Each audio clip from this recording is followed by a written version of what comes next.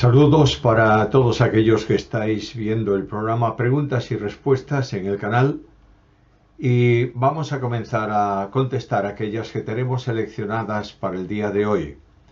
Comenzamos por una de William Osvaldo Pérez Pérez.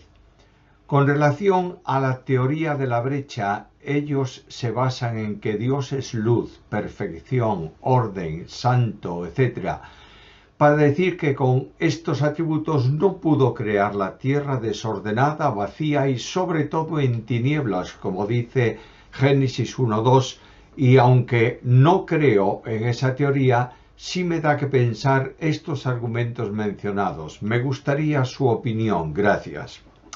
Bueno, la teoría de la brecha, como otras muchísimas teorías, especialmente relacionadas con creación y milagros de Dios, manifestaciones de su omnipotencia, etcétera, etcétera, es un asunto de filosofía y no es un asunto de Biblia. Dios no creó desorden. El hecho de que la tierra estuviese desordenada y vacía equivale a una creación inicial que va ordenándose, Dios la va ordenando hasta alcanzar aquello que Génesis dice en 1:31 era buena en gran manera. Es decir, es una forma progresiva de explicarnos lo que Dios hizo poniendo orden a lo que no tenía ese orden porque había sido inicialmente creado por la autoridad de la palabra de Dios, y por esa misma autoridad Dios va ordenando todas las cosas. En cuanto a tinieblas, tinieblas es simplemente la ausencia de luz. Los astros comienzan a brillar, a lucir en el día cuarto. Por tanto, la luz inicial de la creación es luz personal de Dios. J. Javier, respecto a la encarnación de nuestro Señor Jesús. Esta encarnación fue hecha una vez y para siempre, es decir, cuando el Señor vuelva vendrá con la misma apariencia física en que lo vieron los primeros discípulos y mantendrá esta apariencia física por la eternidad. La Biblia dice, Juan 1:14, que el Verbo fue hecho carne y habitó entre nosotros.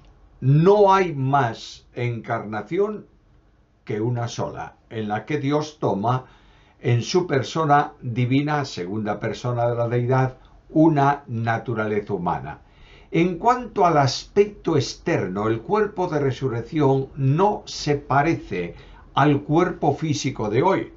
No es igual que cuando era un hombre entre los hombres. Es decir, cuando Cristo resucita y se presenta a los discípulos, entre otros, por ejemplo, a los dos que iban camino de Maús, dice el texto bíblico que se le apareció en otra manera, en otro aspecto, de otra forma.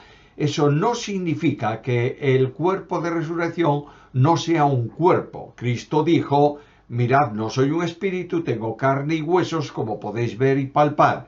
Pero el cuerpo de resurrección es un cuerpo diferente al cuerpo que es enterrado en la tierra. J. Javier, hay un incidente que se cuenta en la carta de Judas donde se nos dice que el arcángel Miguel contendía con Satanás por el cuerpo de Moisés. Mi pregunta es, ¿existe alguna aplicación para este incidente? ¿Alguna explicación para este incidente? ¿O de cuándo ocurrió o cómo Judas pudo llegar a saber esto? Bueno, ese acontecimiento se produce después de la muerte de Moisés, cuyo cuerpo quedó en la cima del monte donde Dios le había mandado subir para ver la tierra y morir. Si el cuerpo de Moisés apareciese, sería posiblemente un motivo de veneración y traería muy malas consecuencias para el pueblo. Recordad que la propia serpiente de bronce trajo problemas hasta que fue destruida. Dios envió a Miguel con el propósito de evitar eso, y en eso Satanás contendía con él, oponiéndose al propósito de Dios. Ahora, ¿cómo llegó a saber eso Judas? ¿Por inspiración divina? Y tal vez alguna tradición circulaba, pero lo que Judas escribe ha sido revelado por Dios. Por tanto, Dios le manifestó o le confirmó ese aspecto al escritor sagrado. Ángela Silva. No es una crítica, pero si es una duda que tengo y quisiera que me sacase de duda, por favor. Hay predicadores que se le puede subir la fama a la cabeza, no porque se vean sus predicaciones, sino porque veo que todo lo que hacen en sus viajes, como hoteles, comidas, es decir, todo lo que ponen en redes sociales, y yo no digo que se haga alguna vez, pero estos predicadores continuamente están dejándose ver por las redes sociales. Estimada Ángela, no te preocupes de lo que algunos hacen o dejen de hacer. Debes orar porque los mensajes del predicador sean bíblicos y sean edificantes. No podemos saber lo que hay en el interior de tales personas, pero lo que sí sabemos es que Dios nos prohíbe juzgarlos. A veces pensamos que un predicador no puede estar hospedado en una conferencia a la que le invitan en un hotel de 5 estrellas. Yo estoy dispuesta a ser hospedado en la casa más humilde o en el hotel más lujoso, porque entiendo que es el lugar que Dios tiene reservado para mí en esa ocasión. Óscar Santana. ¿Por qué se escribe con mayúscula después de una coma en algunos versículos de la Biblia? Por ejemplo, en Salmos, en Hebreos 3, 7, 8 y otros más.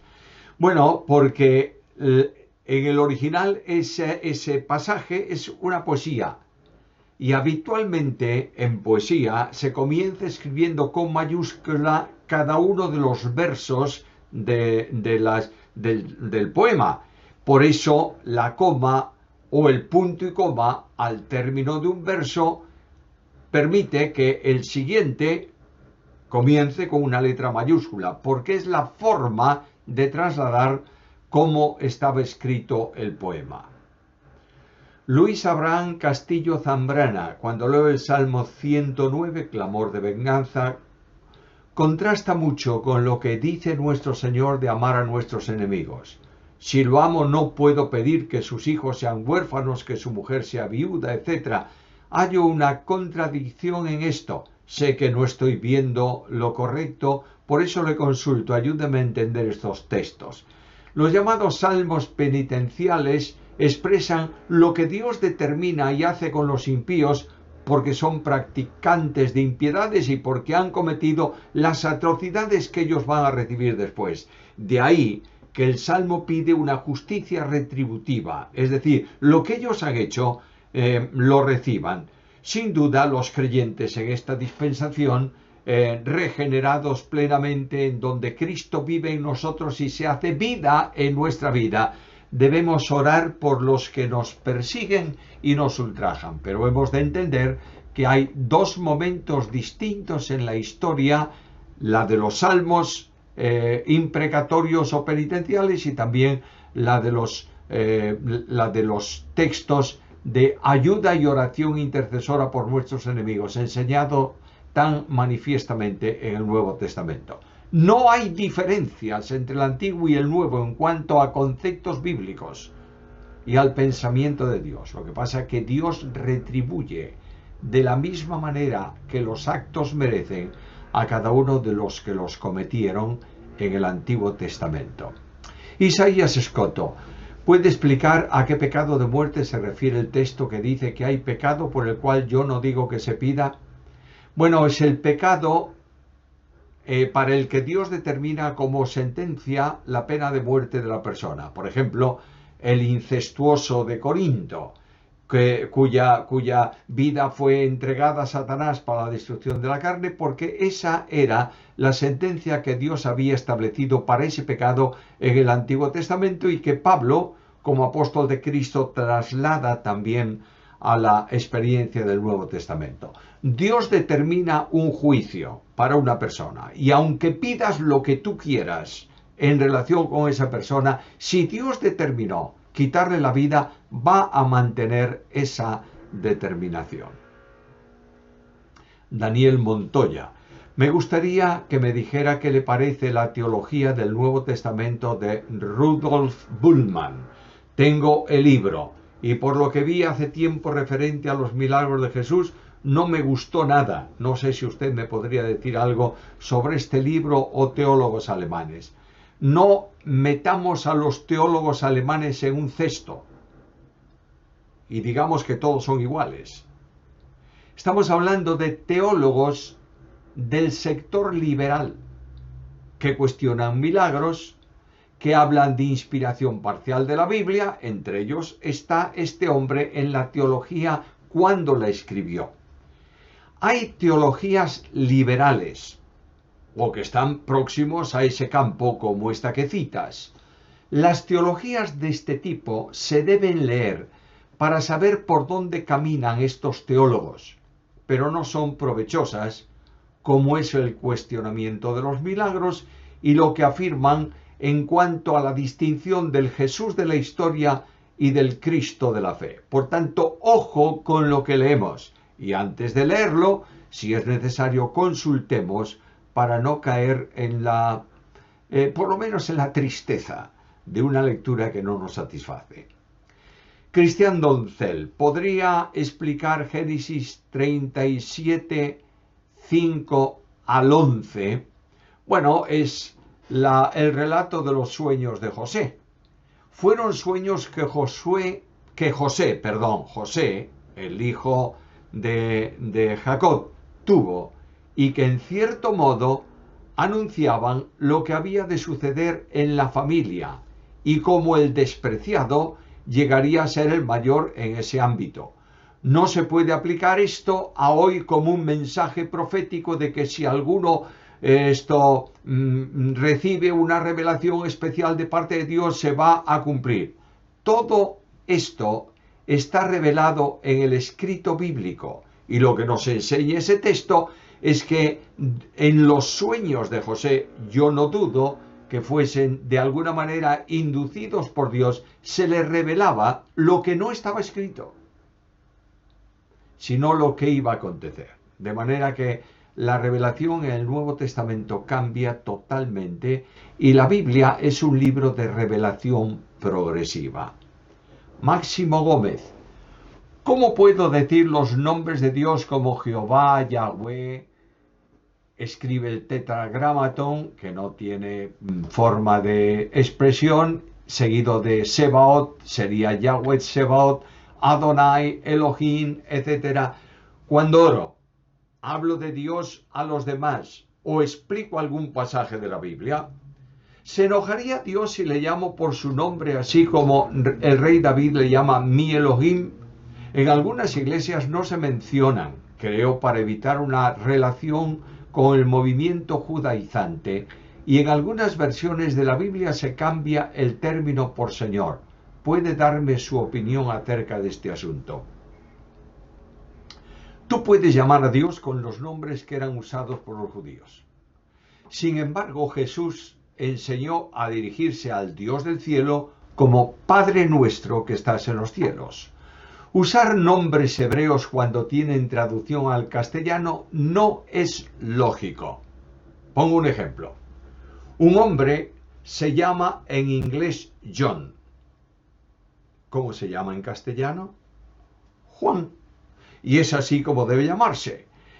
El cambio de Jehová por Señor es simplemente utilizar el nombre en el sentido que tiene con una manifestación en el idioma que es conocido por todos.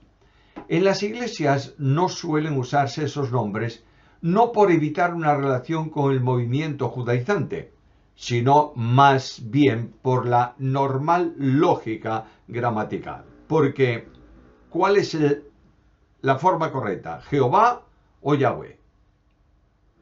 Y aquí tenemos un problema, de manera que no hay dificultad ninguna si en lugar de usar Jehová, algunas versiones usan Señor. Está diciendo exactamente lo mismo. Pero puedes usar los nombres de Dios siempre que los uses correctamente y no trates de imponerlos a los demás. Máximo Gómez. ¿Cuál es su opinión acerca de algunos pasajes del Nuevo Testamento que no aparecen en los manuscritos más antiguos? Por ejemplo, algunos versículos de Juan 5, un ángel que descendía de tiempo en tiempo al estanque y agitaba el agua, y otros pasajes parecidos. ¿Puedo estudiarlos con confianza o debo tener mis reservas y no estudiarlos? Algunas traducciones y versiones de la Biblia los excluyen por completo. Su comentario y consejo me daría mucha luz. Bueno, esos pasajes que están excluidos en algunas versiones no están en los manuscritos más antiguos y seguros del Nuevo Testamento. Están en el Receptus y de él pasan a las versiones de la Biblia, a las traducciones de la Biblia. Salvo, por ejemplo, el Comma Juanino, esos versículos de que 3 son los que dan testimonio, etcétera, etcétera, de su carta primera, que en la primera versión del Receptus no aparecían. Y debido a presiones, Erasmo los introdujo traduciéndolos de la Vulgata latina al griego. Puedes y debes estudiar todas esas cosas sin reservas, porque en cierta medida te aclaran la historia y te amplían un poco la dimensión del pasaje. Manuel Sandoval. ¿Cómo se puede interpretar Romanos 13:14 en la parte que dice vestíos de vuestro Señor Jesucristo? Entiendo que al confesar nuestra fe en Jesús como Señor y Salvador, su sangre cae sobre nosotros y nos hace justos ante los ojos del Padre, pero no estoy seguro si se refiere a esto. El creyente, cuando cree, es bautizado por el Espíritu Santo en Cristo, es decir, lo sumerge en Cristo para la formación del cuerpo de creyentes en Cristo, cuya cabeza es el Señor, que es la Iglesia. Carta primera a los Corintios, capítulo 12 y versículo 13. Figuradamente quedamos revestidos en el sentido de que Cristo se hace visible a los hombres por el testimonio de los creyentes. Nada tiene que ver esto con el hecho en sí de la justificación, sino con la santificación. Es decir, el hombre observa al creyente y descubre que en su forma de actuar ya no es él el que hace esas cosas, sino que es Cristo que vive en él y por tanto está expresando visiblemente como se ve un vestido en la vestidura de una persona, está expresando que está vestido de Cristo y Cristo es lo que se hace visible en él. Pongo el ejemplo para que se entienda bien. No sé cuánto veis de mí ahora mismo. Ahí estoy delante de la cámara. Muy poquito. De mí solamente veis la cabeza y cuando muevo las manos o los brazos. Lo que veis es mi ropa. Así también el creyente que está vestido de Cristo se ve cada vez menos de él y cada vez más de Cristo. Henry Gómez. ¿Podría darnos una forma sencilla para explicar la unión hipostática de la persona del Hijo de Dios? ¿Qué libro nos recomienda al respecto? Amigo mío, la unión hipostática ha traído una notoria confusión después de que grandes teólogos la estudiaron y llegaron a conclusiones que no son bíblicas, muchas de ellas, otras sí, por supuesto. Unión hipostática en relación con el Verbo de Dios es la manifestación de dos naturalezas en su persona. Esas dos naturalezas subsisten en el Verbo encarnado. Y Jesucristo no es solamente Dios, ni es solamente hombre, es Dios hombre. Como libro recomendable, una buena teología sistemática y tal vez una buena cristología, pero quiero advertir que estudiar la unión hipostática en profundidad exige conocer en profundidad la cristología. Henry Gómez. Sé que la Biblia es el libro por excelencia para prepararme para discipular a otros. Sin embargo, para alguien como yo que no estudié teología, ¿qué libro recomienda para establecer las formas básicas de enseñanza que un teólogo utilizaría para enseñar? Por ejemplo, estudiar contexto histórico, elaboración de un bosquejo, etcétera, etcétera. Bueno, tu pregunta es enormemente amplia. Si tú quieres discipular toma algún manual sencillo de discipulado. Hay muchos y buenos manuales que te ayudan a esta labor, o te orientan o te programan en la labor. Pero lo que tiene que tener una persona que va a enseñar la Biblia sencillamente otro es, primeramente, dedicarse a la oración, a la lectura y al estudio de la Biblia personalmente.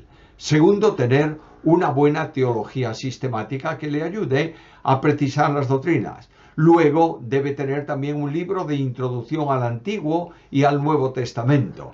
Si es posible, tenga también un libro que hable del contexto social e histórico de los tiempos bíblicos. Y finalmente, los comentarios que precise para profundizar en el estudio general de los libros de la Biblia. Samilla. En Salmos 7:17 el salmista expresa que alaba al Creador conforme a... ¿No debería ser más bien alabaré a Jehová en todo tiempo? Sé que la palabra del Señor no se explica, así que no se equivoca, perdón. Así que corro en su ayuda para una correcta interpretación. La Biblia dice lo que dice, no lo que nosotros queremos que diga, o que nos hubiera gustado que dijese. Alabar ahí en el versículo conforme a su justicia es alabarle por lo que él está haciendo. Por tanto, el creyente es un instrumento de alabanza, porque la alabanza no es una actividad, la alabanza es una actitud. De manera que los hombres ven nuestras buenas obras y glorifican, alaban a nuestro Padre que está en los cielos. Por tanto, cuando el versículo dice, le alabo conforme a su justicia, es decir, le estoy alabando por lo que él está haciendo en toda su operación, que siempre está rodeada de justicia. Samillan nuevamente, he leído Levítico 10, pero no he podido seguir los versos 16 al 20, pues sinceramente no comprendo por qué Moisés se dio por satisfecho. Es decir, ¿a qué se refiere todo esto? ¿Y qué aplicabilidad a mi vida en Cristo me habla el Señor en estos textos? Mira, los acontecimientos ocurridos con Nadab y Abiú alteraron el espíritu de Aarón, que no tenía ánimos para cumplir el ritual pleno sobre el sacrificio de expiación, comiéndolo en el lugar santo. No hubiera podido comer aquello sin duelo, y eso estaba prohibido en la ley. Por tanto, varió lo que estaba establecido. Pero no era un acto de desobediencia voluntaria, sino la realidad de una gran tristeza, por lo que Moisés, que actuaba en nombre de Dios, canceló ese asunto, dándose por satisfecho no del cambio, sino de la razón que había motivado ese modo de actuación. Cuando una persona en la vida cristiana está triste, a veces deja de hacer cosas que haría si estuviese alegre. No pierde la paz ni pierde el gozo, pero no digamos que un creyente tiene que estar siempre contento, porque el mismo Señor estuvo muy triste hasta la muerte. Edudab, los bebés o deficientes mentales, ¿con qué cuerpo, de qué madurez serán en la resurrección? Mi querido amigo, la Biblia no dice nada de esto. He dicho antes en el programa que el cuerpo de resurrección es distinto y es diferente al físico. Por tanto, no hay respuesta bíblica para esta curiosidad. Luis Ordóñez, ¿a qué se refieren cuando dice la Biblia que juzgaremos a los ángeles? ¿Cuáles ángeles y cuándo se llevará a cabo este juicio? Los ángeles caídos, los demonios, serán juzgados, como también van a ser juzgados los pecadores perdidos. El juez es siempre Cristo, pero nosotros los creyentes somos miembros de su cuerpo, somos su esposa, por tanto estaremos relacionados, vinculados con Él en estos actos judiciales que tienen que ver con los ángeles caídos. El juicio de los demonios ocurrirá antes del juicio de los perdidos ante el trono blanco, antes de cielos nuevos y tierra nueva, en el final de todos los tiempos. Pedro habla de este juicio a los ángeles que pecaron y dice que están reservados para el día del juicio. Carta segunda de Pedro, capítulo 2 y versículo 4. Llegamos a la última pregunta. Luis Ordóñez dice, ¿dónde puede obtener las notas del estudio sobre los ángeles? Bueno, estamos trabajando, el equipo está trabajando en la edición de esas notas, de lo que había escrito sobre ese tema, de manera que avisaremos cuando estén editadas. Para todos los que tengan interés, estamos trabajando en la reedición de los libros de bosquejos de notas que comprenden muchos libros del Antiguo Testamento, también del Nuevo Testamento, doctrinas fundamentales, vida de Cristo, etcétera, etcétera, y que si el Señor lo permite, los iremos reproduciendo, elaborando de nuevo a lo largo del próximo año. Posiblemente alguno pueda salir ya en este año. Muchas gracias por vuestra atención al programa y os invitamos al siguiente si el Señor no viene antes. Bendiciones para vuestras vidas y vuestro ministerio.